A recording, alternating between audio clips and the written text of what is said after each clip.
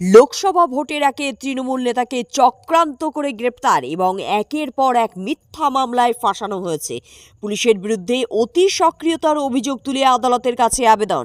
গ্রেপ্তারের পরেও আরাবুল ইসলামের বিরুদ্ধে কোন কোন নতুন মামলা দায়ের হয়েছে তা জানাক পুলিশ।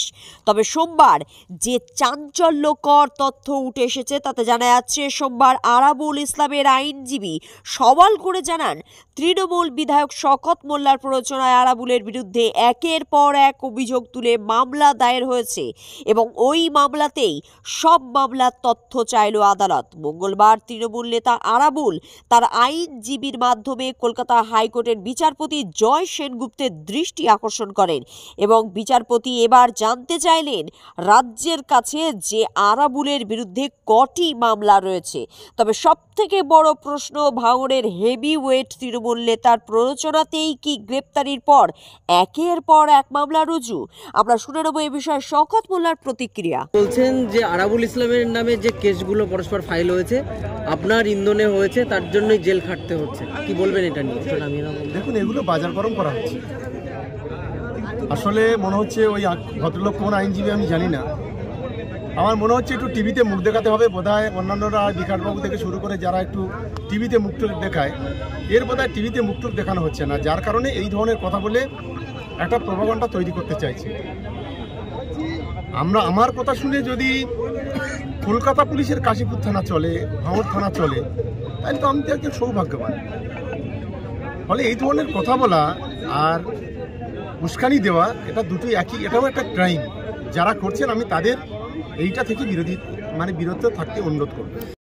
তবে ভোটের মুখে এই ঘটনা নিয়ে সোশ্যাল মিডিয়াতে যেমনটাই চর্চা চলুক না কেন, বা পেছন থেকে যারা কাঠি করছে, নির্বাচনে যে এই ঘটনার কোনো প্রভাব পড়বে না তা নিশ্চিত করলেন বিধায়ক শওকত মোল্লা। ভোটের সমীকরণ কোন দিকে যেতে পারে? কাউকে থেকে মানুষ ভোট দেয় না। বাংলার মানুষ মমতা বন্দ্যোপাধ্যায়, অভিষেক বন্দ্যোপাধ্যায় থেকে ভোট দেয়। কে শওকত মোল্লা, কে আরাবুল ইসলাম, কে রহিম, কে রাম, এটা দেখে বাংলার মানুষ ভোট দেয় না। ফলে এসব নিয়ে ভোটে তো কোনো প্রভাব পড়বে না। আর দ্বিতীয়ত বলি, যারাই নোংরামিটা করছে খুব বেশি লাভবান হবেন না। কারণ আমার দিদি মমতা বন্দ্যোপাধ্যায়, যিনি রাজ্যের মুখ্যমন্ত্রী, এবং তিনি এবং আমার প্রিয় নেতা অভিষেক বন্দ্যোপাধ্যায়, যিনি সর্বভারতীয় সাধারণ সম্পাদক, আমাকে ভাঙড়ে দায়িত্ব দিয়েছেন। পরে ওই 4 পয়সার কোথায় উকিল, 2 পয়সার কোথায় কে পিছন থেকে কাটি দেবে, কে একটা পোস্ট করবে, তার জন্য আমরা থেমে থাকবো না। ভাঙড়ের মাটিতে লড়াই সাম্প্রদায়িকতার বিরুদ্ধে, লড়াই বিজেপি, আইএসএফ, সিপিএম এর বিরুদ্ধে। এরা একই পয়সার এপিট আর ওপিট। এই লড়াইতে তৃণমূল কংগ্রেসকে শক্তিশালী করা সবচেয়ে বড় দায়িত্ব হচ্ছে আমার এবং আমার সহকর্মী যারা আছে এই বিধানসভা এলাকায় তাদের। ফলে আমি অনুরোধ করব, যদি কেউ তৃণমূল কংগ্রেসের কর্মী হয়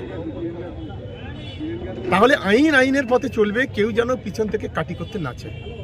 এটা আমি সকলকে অনুরোধ করব। সে তার উকিল হোক, লয়ার হোক বা কোনো সাধারণ হোক, এটা তাদেরকে অনুরোধ করব।